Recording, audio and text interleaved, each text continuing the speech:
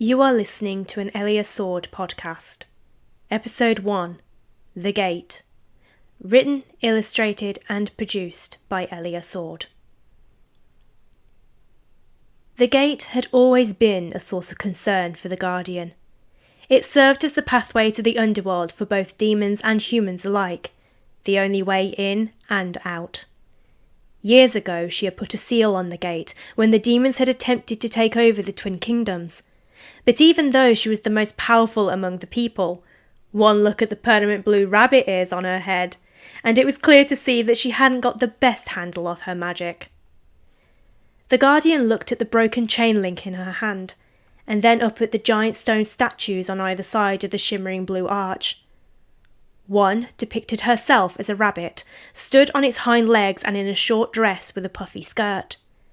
The second was of a possession demon on its knees and clawing at the shackle around its neck, its face twisted with anger and frustration. Usually there were chains across the gate, but those had been severed, a sign that the seal had been broken, but the statues remained the same. The Guardian began to wonder if her magic had faltered.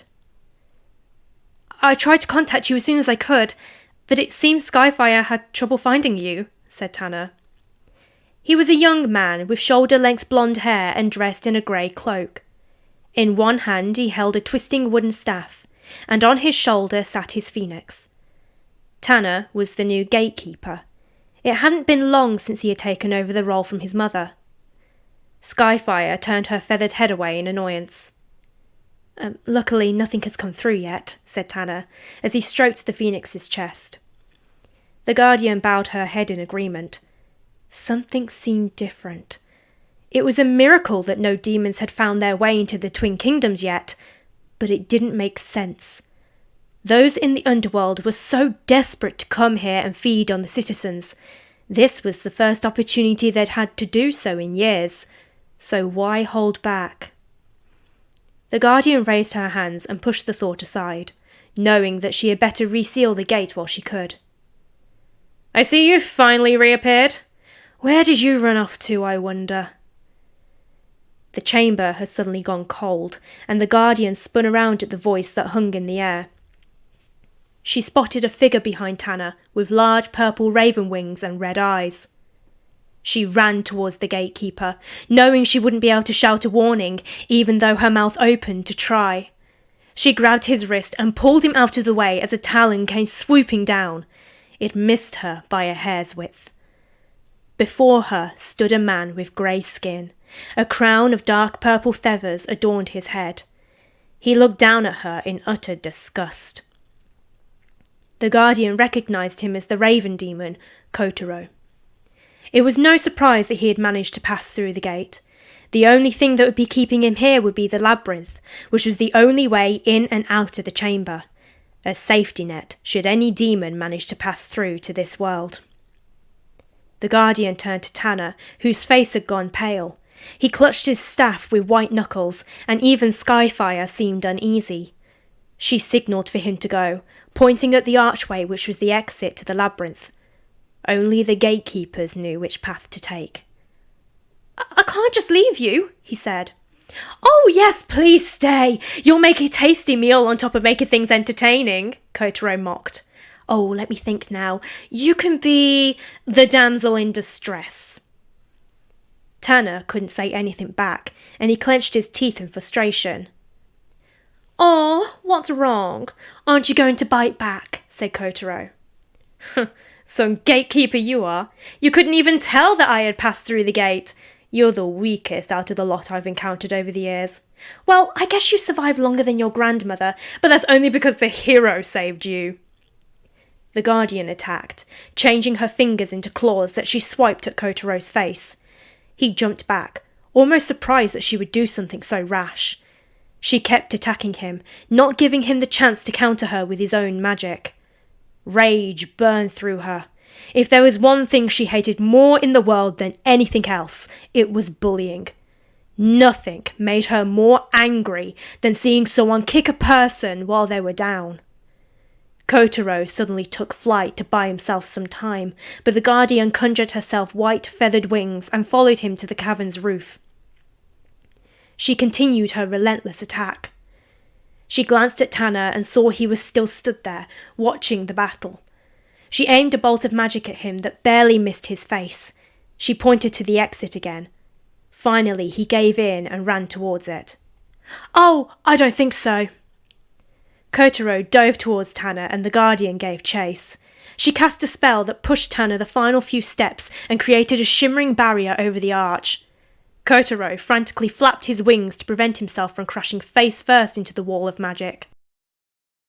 The Guardian couldn't help but giggle at the sight as she landed in front of the gate. She wished he would have crashed into her barrier. It would have taught him a lesson at least. Something suddenly pierced right through her body. It took her a moment to feel it, as it happened so fast. She saw Tanner scream and his face fall into a look of terror. "Oh, wanting to protect people has always been a weakness of yours." The Guardian looked over her shoulder as she began to tremble. White eyes met her gaze. Ash-coloured hair floated in front of her face, and she finally chanced to look at the weapon that had run her through. She saw it wasn't a weapon, but 3 claws coated in her blood. Once the demon had removed them, the Guardian collapsed to the ground. The demon approached Kotaro, putting a hand on her hip as she smiled down at her. She shouldn't have been surprised. She should have known. Only one demon could come through the gate without alerting the statues, and that demon was the rabbit, Heather. I'm surprised that actually worked. Usually you're a lot more aware in battle. Obviously you've noticed it too. We have an audience. The Guardian knew what Heather was referring to, but Kotaro looked lost. The sound of grinding stone echoed around the chamber. The 2 demons looked at the statues with an expression of victory. The Guardian didn't need to look to know what was happening. A crash confirmed her thought. The rabbit statue had fallen to its knees while the demon stood proudly above it. She began to shiver as the blood left her body, and she quietly cast a spell to slow the bleeding down while the demons were distracted. She would die if she didn't get out of here, but she barely had the strength to move. She looked over at Tanner and saw him staring at her. He would be safe as long as that barrier held. "I've been waiting for this for a very long time, Guardian. Oh, but don't worry. I'll make it as painful as possible," said Heather, looking at the Guardian as if she was food on a silver platter. "And I guess I can share her with you," she added, glancing at the raven. "How very kind.